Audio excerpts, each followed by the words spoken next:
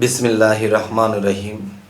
হ্যাঁ, সমস্ত জগতবাসী, আজ আপনাদের সামনে যে আলোচনাটি নিয়ে আসলাম, এই আলোচনাটি খুবই গুরুত্বপূর্ণ। অবশ্যই আপনারা ভিডিওটি টানবেন না, সম্পূর্ণ ভিডিওটি শোনেন, কেননা ইহকাল ও পরকাল আপনি উপকৃত হবেন ইনশাল্লাহ। আজকের আলোচনাটি হলো যে আপনার দেহের মধ্যে রাসূল কোথায় বসে আপনাকে পথ দেখায়, আপনাকে সুপথ দেখায়। তাহলে আজকে যদি আমরা এই বিষয়টা ক্লিয়ার করি, তাহলে সামনে আমাদের জ্ঞানে ধরবে যে হ্যাঁ, আমরা রাসূল আমাদেরকে পথ দেখায়, রাসূল আমাদেরকে পথ দেখাচ্ছে, কিন্তু রাসূলের কথা আমরা শুনি না, রাসূলের কথা আমরা মানি না, না মেনে এক পাপিষ্ঠ হই এবং দেখা যায় বিভিন্ন অপরাধের কারণে আমরা লাঞ্ছিত বঞ্চিত হই। দেখেন, রাসূল আর মোহাম্মদ যে বিষয়টি, তিনি পৃথিবীতে তার দেহ নিয়ে জন্ম নিয়েছে, আর মোহাম্মদের ভিতরে যিনি পাওয়ার বা মুহাম্মদ সাল্লাল্লাহু আলাইহি সাল্লামের ভিতরে যিনি রাসূল, তিনি হলো তার জ্ঞান শক্তি, তার পাওয়ার, তার বিবেক। আচ্ছা, আল্লাহ কিন্তু একটা কথা বলেছেন, যতক্ষণ পর্যন্ত আমি একটা মানুষের উপরে রাসূল প্রেরণ না করি, ততক্ষণ পর্যন্ত আমি তার পাপ লিখি না। আপনার উপরে রাসূল প্রেরণ না করছেন আল্লাহ, ততক্ষণ পর্যন্ত আপনার বিচার হবে না, আপনার পাপ হবে না। সেটি হলো, দেখুন, যে একটা শিশু, সে যখন আস্তে আস্তে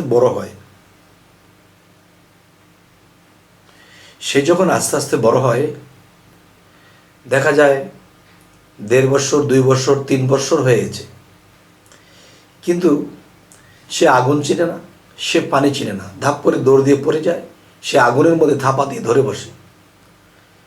তাহলে বোঝা গেল তার মধ্যে সেই জ্ঞান শক্তিটা এখনো হয়নি, সে আগুন পানি এখনো চেনে না। আচ্ছা, তার মানে তার ভিতরে যে জ্ঞান এবং বিবেক, তার মধ্যে কাজ করছে না। আচ্ছা, মানুষটা যখন আস্তে আস্তে বুঝের হবে, যে একটা বয়স হয় ছেলেপেলেদের 5 বছর, 6 বছর, একে কিছু চকলেট দেবেন, সে লাফ মেরে নিয়ে নেবে। যখন আপনি অনেকগুলো বান্ডিল টাকা দেবেন, সে বলবে না আমার চকলেট দাও।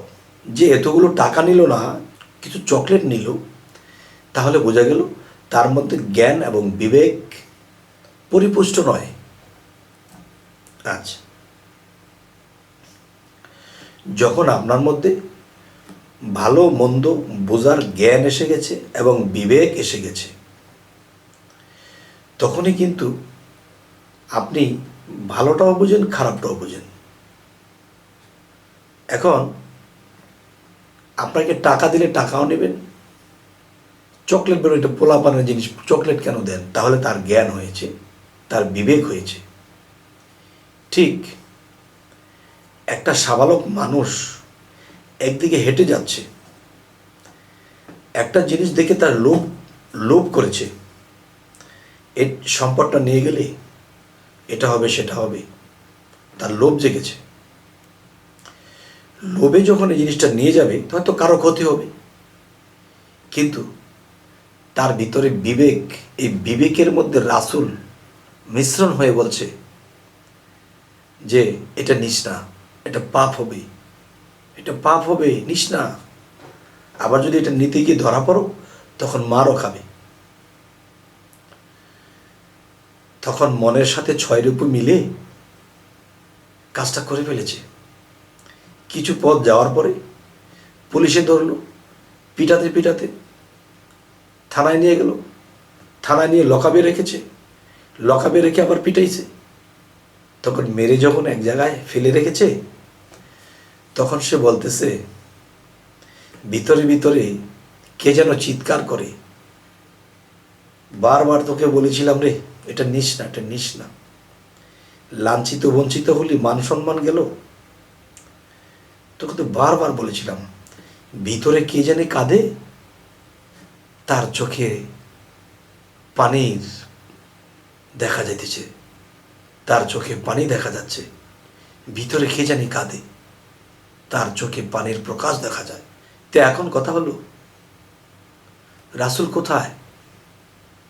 আপনার বিবেকের মধ্যে মিশ্রণ হয়ে সে বসে আছে। সেই রাসূল বলেছিল যেটা নিস না, এটা করিস না, পাপ হবে, অপরাধ হবে।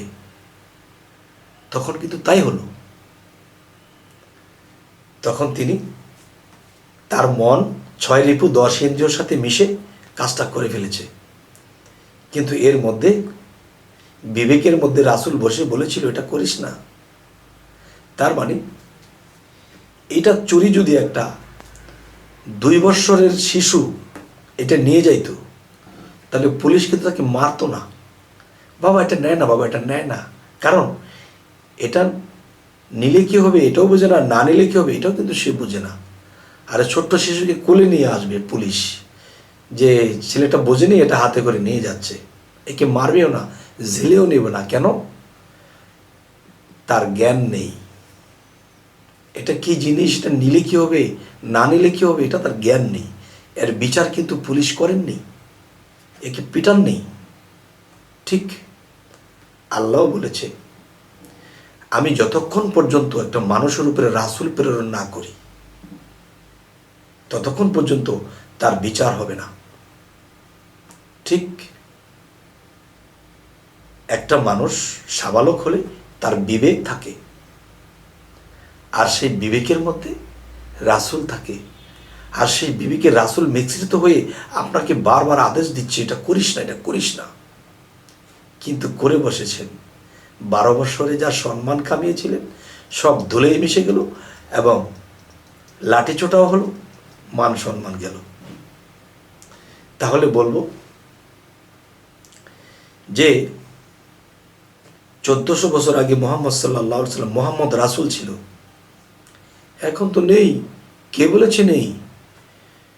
আউয়াল, আখির, জাহির, বাতেন, চারো জায়গায় রাসূল আছেন। তাহলে আউয়াল 1450 বছর আগে ছিল, জাহির বাস্তব রাসূল আছে কোথায়? তাওহীদের মুর্শিদ আমার মুহাম্মদের নাম। তাওহীদের মুর্শিদ কারা? উলিয়া উলিয়া যারা মুর্শিদ হয়েছে তারা। আচ্ছা, এ হলো বাস্তব। আমি যদি তার সাজেশন শুনি, সেই রাসূল এবং আমার অন্তরে মিশে আছে বিবেক রাসূল, এই 2 রাসূল যদি একাত্র হয়ে যায়, আমি আর কখনোই পাপ করব না, আল্লাহর দিকে অগ্রসর হব। আচ্ছা, আউয়াল আগে ছিল রাসূল 1450 বছর আগে, জাহির বাস্তব যার যার মুর্শিদ, এবং আখির, আউয়াল, আখির, জাহির, বাতিন চারো জায়গায় রাসূল আছেন। তাহলে আখেরে মৃত্যুর পরেও রাসূল থাকবে। এবার আসি বাতিন, বাতিনের রাসূলটা কোথায়? আপনার বিবেকে মিশ্রণ হয়ে আছে। এই রাসূল আপনাকে সর্বদা পথ দেখায়।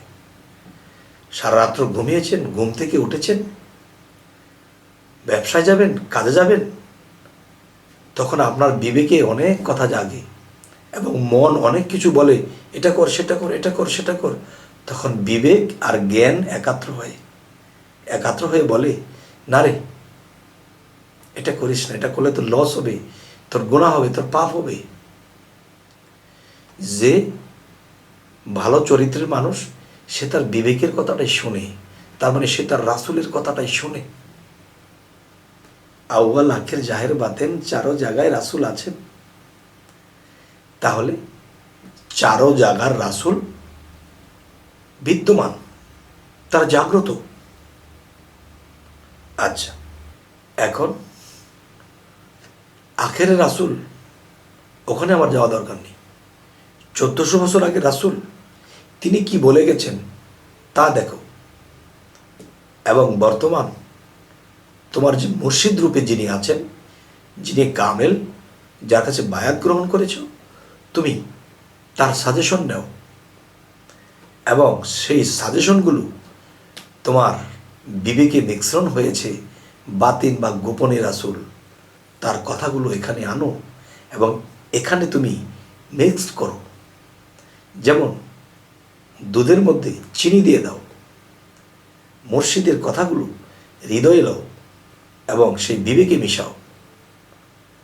তখন দেখবে কোনো একদিন তোমার মধ্যে প্রেমে ফানাফিল্লা আসবে। সেই ফানাফিল্লা যখন এসে যাবে, তখন সেই ফানাফিল্লার প্রেমের সাগরের থেকে যখন ঢেউয়ের উতালা হতে থাকবে, তখন ঢেউয়ের তালে তালে কাউকে দেখবে সামনে, কে যেন সামনে আসে। আল্লাহ যদি দয়া করে তাকে দেখে ফেলবেন, তাকে দেখে ফেলবেন, জীবন ধন্য হয়ে যাবে। যাই হোক, আজকের আলোচনাটা কি? রাসূল আপনার মানব দেহে কোথায় থাকে? চারো জায়গায় রাসূল। কোন রাসূলটি আপনার বিবেকে মিশে আছে, সেই রাসূলটির খবর আমি আপনাদেরকে বললাম। এখন আপনারা কি সেই রাসূলের স্থানটা পেয়েছেন? সেই রাসূলের সাজেশন মানবেন তো? যদি মানেন, ইনশাআল্লাহ জয় হবে আপনার ইহকাল এবং পরকাল। তবে হে সমস্ত জগতবাসী, আজকে হয়তো আপনাদেরকে অতটুকু বুঝিয়ে হয়তো বলতে পারি নাই, একটু বুঝে নেবেন কষ্ট করে। দরকার হয় ভিডিওটা আবার টেনে টেনে দেখুন।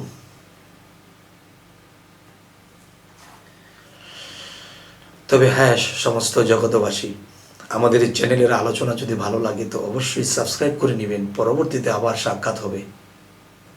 আল্লাহ হাফিজ।